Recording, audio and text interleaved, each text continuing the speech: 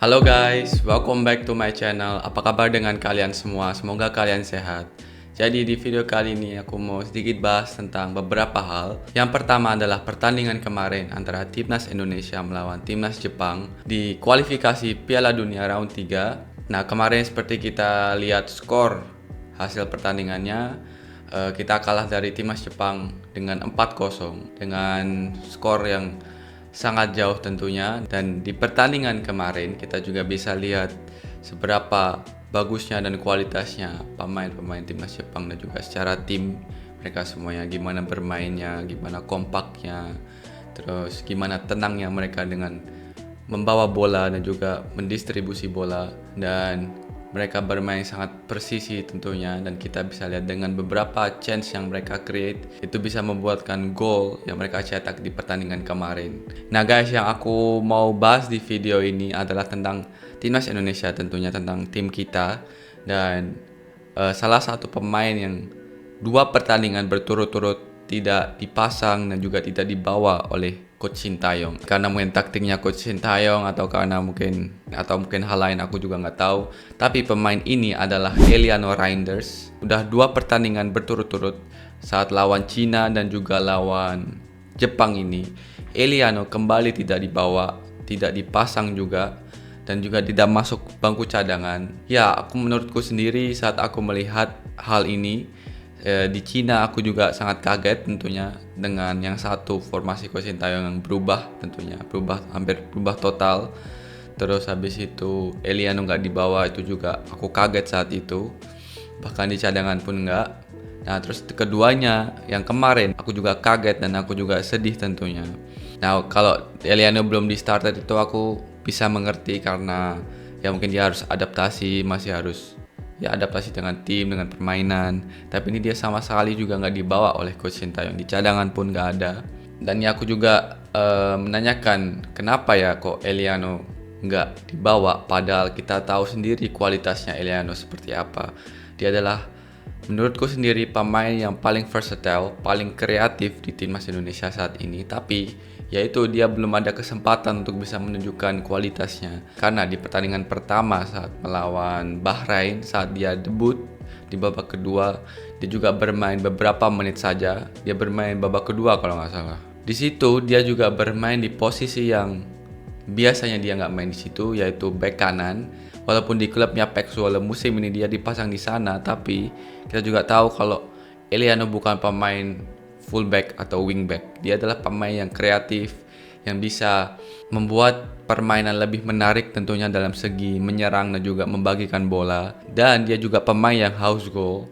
Dia musim lalu bermain di winger kiri kalau nggak salah, penyerang, dan dia juga mencetak gol beberapa kali dan juga assist. Jadi Eliano adalah bukan pemain yang bermain aslinya di posisi fullback. Dan saat pertandingan pertama melawan Bahrain, dia dipasang di fullback kanan. Menurutku Eliano nggak main jelek waktu itu, dan aku pikir semua orang juga berpikir seperti itu. Dia nggak bermain jelek, dan kita juga nggak bisa menilai dari satu pertandingan Eliano main itu juga, karena dia bermain sebentar aja dan juga bermain di posisi fullback kanan. Menurutku kita belum bisa menilai gimana performance dan juga kualitas dari Eliano Reinders. Tapi kalau di klub, di PEC Zwolle, kita udah tahu kualitas Eliano seperti apa. Nah, aku mau sedikit kasih tahu ke kalian apa kualitas dari pemain Eliano Reinders, karena mungkin ada beberapa dari kalian yang belum tahu, dan juga banyak di YouTube, Instagram yang DM dan komen ke aku, "Bang, gimana tentang Eliano Reinders, kenapa ya dia nggak dibawa, terus bisa nggak bahas tentang pemain ini, Eliano Reinders." Jadi ini aku mau liatin ke kalian skill dari Eliano Reinders. Ini dari Obriku. Biasanya kalau aku Obri, aku juga berusaha buat selalu tampilin video pertandingan-pertandingan dari pemain tersebut. Nah ini dari Eliano Reinders. Ini Eliano cukup lama videonya ya, tapi ini kita lihat dari awal, kita lihat apa yang kita bisa analisa dari permainan dia dan juga gerakannya dia. Nih, tuh guys, kiri bawah ini Eliano nih, di winger kiri. Ini dia bermain di posisi penyerang ya guys, bukan di fullback bertahan. Lihat tuh. Nih, walaupun dia tidak ada rekan timnya di dekatnya dia, tidak ada solusi buat dia passing ke rekan timnya, dan di sekitarnya dia hanya ada pemain dari ini SC Cambuur kalau nggak salah, 1, 2, 3 pemain dan dia sendiri, nggak ada solusi. Tapi karena dia pemain yang kreatif, dia bisa membuat jalan keluar buat dirinya sendiri. Nih lihat nih, tuh langsung dribble sendiri dan bisa shooting dan goal. Ini kualitas asli dari Eliano kalau aku lihat. Dribble dan juga kreativitas. Ini dia juga di penyerang nih, posisi di kanan, winger kanan, dan dia mencetak gol. Mencetak gol lagi. Ini Eliano sebagai gelandang serang kalau nggak salah. Ini Eliano nih, lihat nih. Dia gelandang serang nomor 10 kan biasanya. Memang kualitasnya dia sebenarnya di gelandang serang sih karena kreatif. Ini dia nomor 10 ini yang aku lingkarin ini. Dia minta bola dan dapat gol lagi. Jadi dia punya kualitas house goal juga tentunya. Nih, ini Eliano nih. Dapat bola di sisi kiri, winger kiri, dribble dia. Lengket bolanya. Kualitas Eliano memang dribble seperti kakaknya juga, Tijani. Tuh lihat, ambil posisi. Ini dia assist. Eliano di tengah. Dia gesit banget, agility-nya keren banget. Tuh. Ada visi guys di situ. Dia bisa passing dengan sangat tenang. Tuh dia deh. 2 orang passingnya, lihat visinya. Dia ada visi juga tuh. Dribble.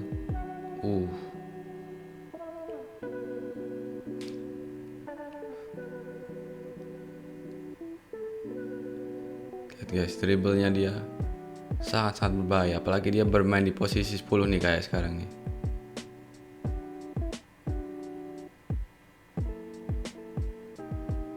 Lihat tuh, set, kreatif banget dia mainnya.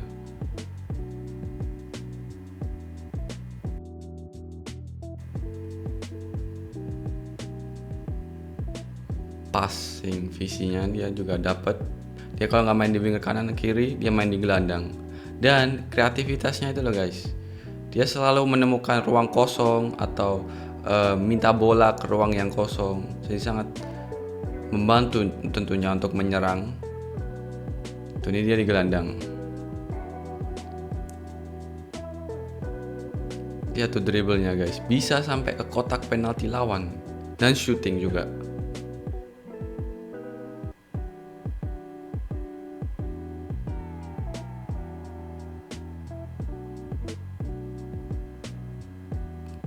Nah, itu yang aku mau liatin kalian tadi, jadi sedikit video dari permainannya, kualitasnya Eliano Reinders.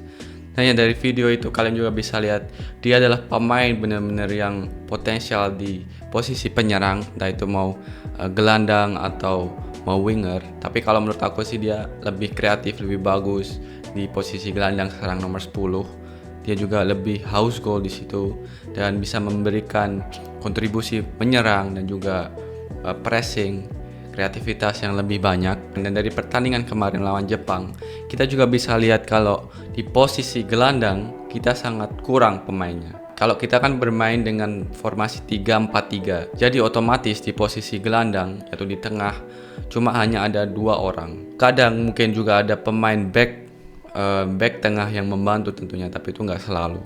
Jadi mayoritas di pertandingan kita hanya mempunyai 2 pemain gelandang tengah, yaitu kemarin Nathan dan juga Tom Haye.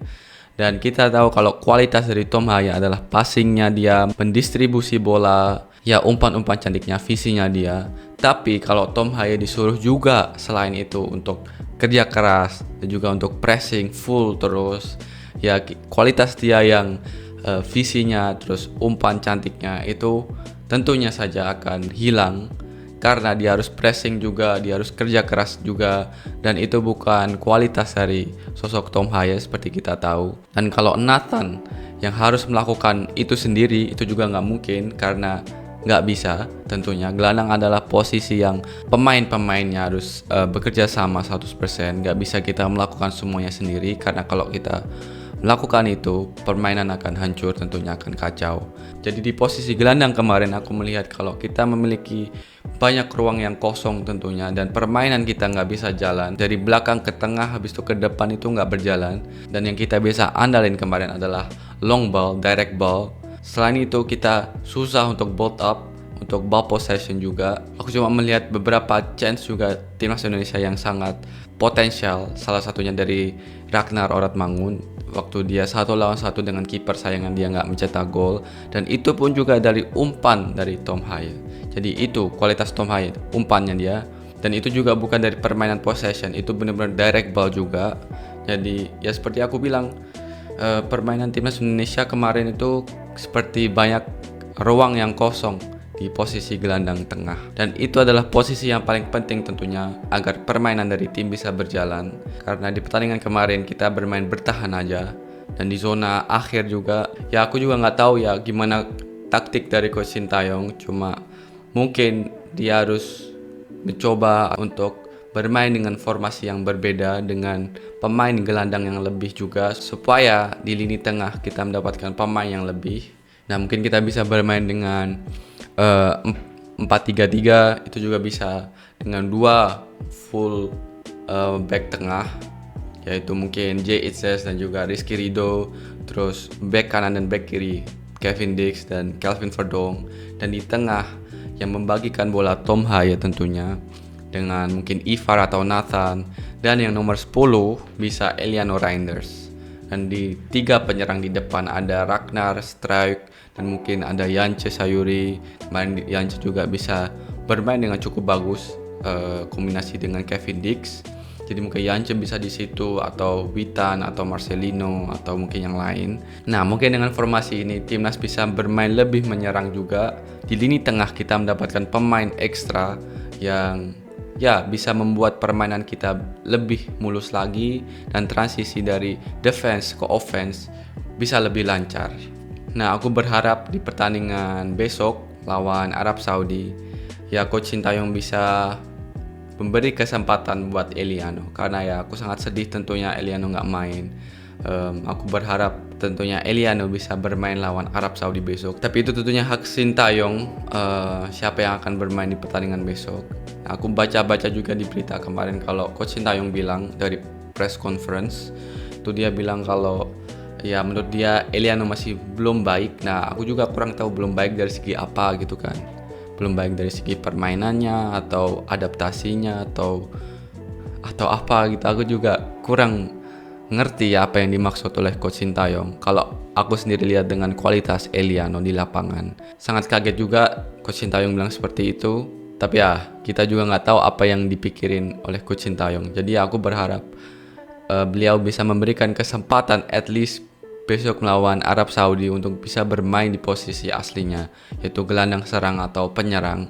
Jadi kita bisa melihat kualitasnya dia, karena nggak mungkin lah pemain yang reguler bermain di Liga Belanda, di Liga Eredivisie, bermain juga di posisi gelandang dan juga penyerang, dan dia berkontribusi juga di timnya. Nggak mungkin dia kalah dengan pemain yang bermain di Liga 1. Bukannya pemain Liga 1 jelek atau liga yang nggak bagus, tapi kalau dibandingkan dengan Liga Eredivisie dan pemain itu bermain di sana, ya aku pikir tentunya masih jauh permainannya. Dan aku juga sedikit kaget ada beberapa pemain yang dibawa oleh Coach Sintayong tapi nggak pernah dipasangkan. Dan Eliano yang baru bermain 1 kali dan dia bermain nggak jelek, tapi dia 2 pertandingan berturut-turut dicoret dari skuad timnas. Tapi ya udah, itu hak Sintayong ya, kita harus respect keputusannya. Yang kita bisa lakukan sekarang adalah support Eliano tentunya. Kita harus terus support Eliano biar dia nggak down mentalnya. Tapi aku yakin dia punya mental yang sangat kuat tentunya. Aku kemarin juga udah DM ke dia, kasihkan support dari aku sendiri. Dan aku bilang juga semangat Eliano, aku yakin waktumu akan datang. Jadi guys, oke, mungkin cukup untuk video kali ini. Semoga kalian suka dengan informasi yang aku berikan di video kali ini. Dan jangan lupa untuk like, comment, share, dan subscribe. Dukung channelku agar aku semangat terus untuk bikin konten-konten Obri dan konten selain Obri. Aku sangat apresiasi support dari kalian guys. And yeah, I see you in the next video. Peace.